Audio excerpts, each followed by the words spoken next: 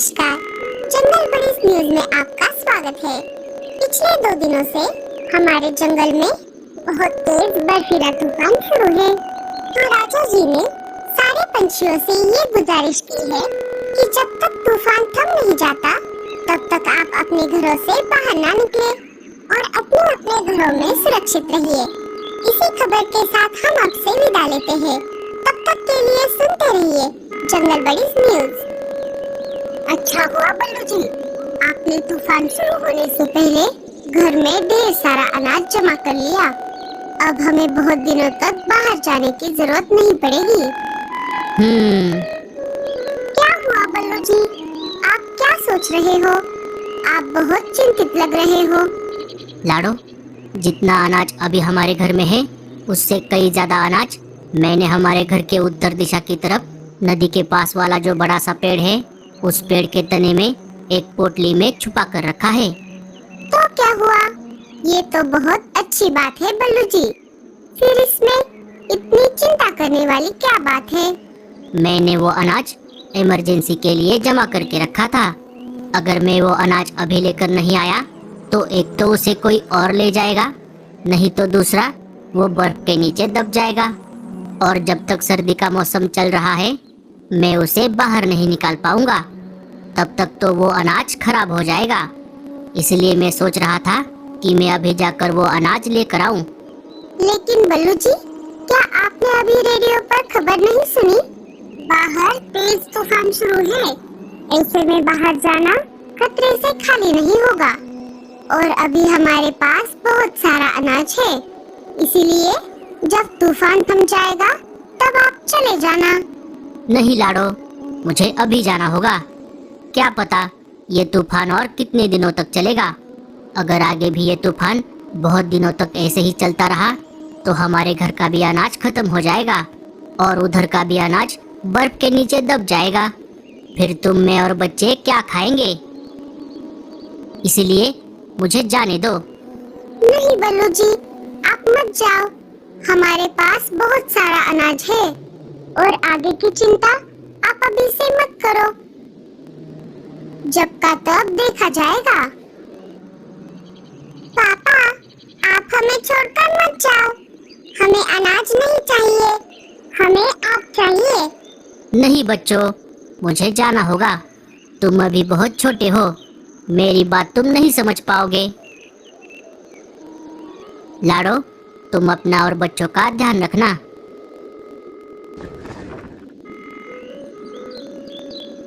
नहीं बल्लू जी, रुकिए, आप मत जाइए। हे ऊपर वाले, मेरे बल्लू जी की रक्षा करना। बल्लू को घर से निकलकर अभी कुछ ही देर हुई थी, तभी उसे नीचे जमीन पर हरा तोता दिख जाता है। वो तूफान में लकड़ियां जमा कर रहा था। बल्लू उसके पास आ जाता है। अरे तोते, तू इतने तेज तूफान में बाहर क्या कर रहा है? अरे क्या बताऊं बल्लू, इस तूफान की वजह से मेरा घोंसला टूट गया।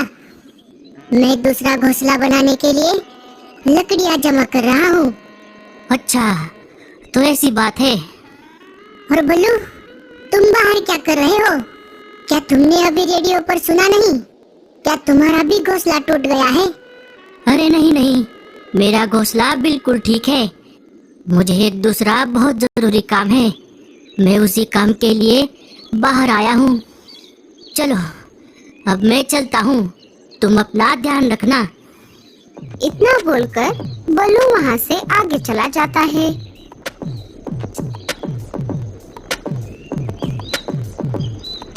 भूरा उन दोनों की बातें ऊपर बैठकर सुन रहा था। अरे ये बल्लू इतने तेज तूफान में कहाँ जा रहा होगा? मुझे उसका पीछा करना चाहिए। भूरा भी बल्लू के पीछे पीछे निकल पड़ता है। मम्मी, पापा कब आएंगे? हमें बहुत डर लग रहा है। बच्चों, तुम डरो मत, तुम्हारे पापा बहुत बहादुर है।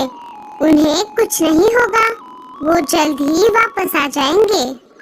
ठीक है मम्मी।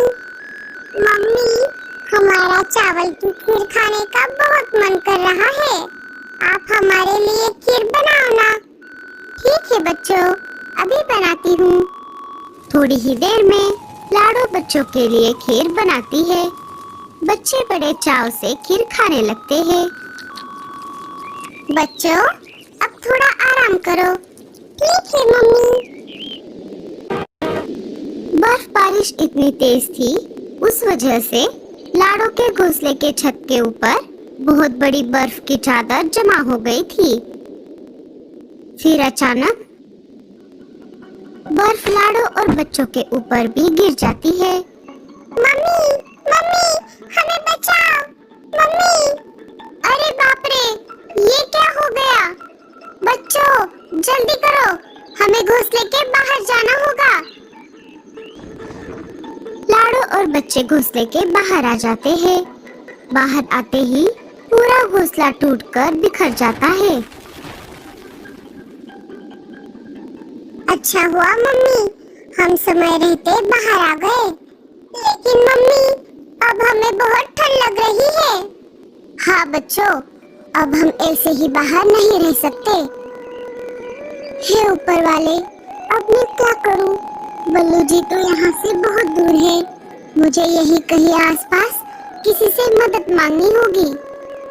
लाडो ऐसा सोच ही रही थी कि तभी उसे मीनू मौसी का घर दिख जाता है। वो घर के बाहर आ जाती है। मीनू मौसी, दरवाजा खोलिए, मैं हूँ लाडो। मीनू मौसी दरवाजा खोल देती है। अरे लाडो, बच्चों, तुम इतने तेज तूफान में बाहर क्या कर रहे हो? चलो चलो, अंदर आ जाओ। लाडो और बच्चे अंदर चले जाते हैं। लाडो ने अंदर आकर देखा, मीनू मौसी के भी घर की छत टूटकर घोंसले में गिर गई थी। बोलो लाडो, क्या बात है? लाडो सारी बात मीनू मौसी को बता देती है। मुझे माफ कर दो लाडो, अब जैसा कि तुम देख रही हो, अगर मेरा घोंसला ठीक होता तो मैं तुम्हें और बच्चों को यहाँ पर जरूर रहने देती। मैं तो जैसे तैसे करके यहाँ पर रह लूंगी। लेकिन तुम्हारे बच्चे अभी छोटे हैं, वो ये ठंड सह नहीं पाएंगे। इसीलिए तुम एक काम करो। मीनू मौसी लाडो को एक दूसरे सुरक्षित जगह का पता दे देती है। लाडो, अब तुम किसी और के पास मदद मांगने के लिए मत जाओ, क्योंकि इस तूफान में तुम्हारी मदद कोई नहीं करेगा। इसीलिए मैंने जो जगह बताई है, तुम सीधा वहीं चले जाना। जब तूफान थोड़ा कम हो जाएगा, मैं भी वहीं आ जाऊंगी। ठीक है मीनू मौसी, आपका बहुत बहुत शुक्रिया। लेकिन अगर बल्लू जी यहाँ पर आए तो उन्हें हमारे बारे में बता देना। हाँ लाडो, तुम उसकी चिंता मत करो, मैं बल्लू को बता दूंगी। लाडो अपने बच्चों को लेकर निकल पड़ती है। थोड़ी देर उड़ने के बाद वो उस जगह पर आ जाती है। लगता है मीनू मौसी इसी जगह के बारे में बता रही थी। लाडो और बच्चे अंदर चले जाते हैं। मम्मी, ये जगह कितनी गर्म है, हमें अब यहाँ बिल्कुल भी ठंड नहीं लग रही। हाँ बच्चों, अब जब तक तुम्हारे पापा नहीं आते तब तक हम यही रहेंगे।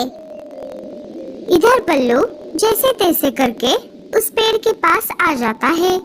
वहाँ आकर उसने देखा, वहाँ पर थोड़ी बर्फ जमा हो गई थी। अच्छा हुआ मैं सही समय पर आ गया। यहाँ थोड़ी बर्फ तो जमा हो गई है, लेकिन मैं अनाज की पोटली निकाल सकता हूँ। बल्लू लकड़ी की मदद से बर्फ को हटा देता है और पोटली को बाहर निकाल लेता है। चलो, पोटली तो मुझे मिल गई। अब मुझे जल्दी से घर जाना होगा। लाडो और बच्चे मेरी राह देख रहे होंगे। बल्लू वहाँ से वापस अपने घर की ओर निकल पड़ता है। अच्छा, तो ये बात है। उस पोटली में जो कुछ भी है वो बहुत कीमती लग रहा है। मुझे कैसे भी करके उस पोटली को बल्लू से चुराना होगा। भूरा भी वापस बल्लू के पीछे पीछे निकल पड़ता है। थोड़ी देर उड़ने के बाद बल्लू अपने घर के पास आ जाता है। वहाँ आकर उसने देखा घर तो सारा तहस नहस हो गया था। ये सब देखकर बल्लू रोने लगता है। अरे बाप रे, ये सब क्या हो गया? लाडो, बच्चों। बल्लू टूटे हुए घर के अंदर जाकर देखता है। उसे लाडो और बच्चे कहीं पर भी दिखाई नहीं देते। हे ऊपर वाले, तेरा लाख लाख शुक्रिया। लगता है लाडो और बच्चे समय रहते बाहर आ गए थे। अब मुझे उन्हें ढूंढना होगा। बल्लू वहाँ से निकलकर सीधा वापस हरे तोते के पास आ जाता है और उसे सारी बात बता देता है। तोते, क्या तुमने मेरे परिवार को कहीं देखा है? नहीं बल्लू, मैं तो मेरा घोंसला बनाने के काम में लगा हूँ। बाकी मैंने आसपास कहीं ध्यान नहीं दिया। और लाडो और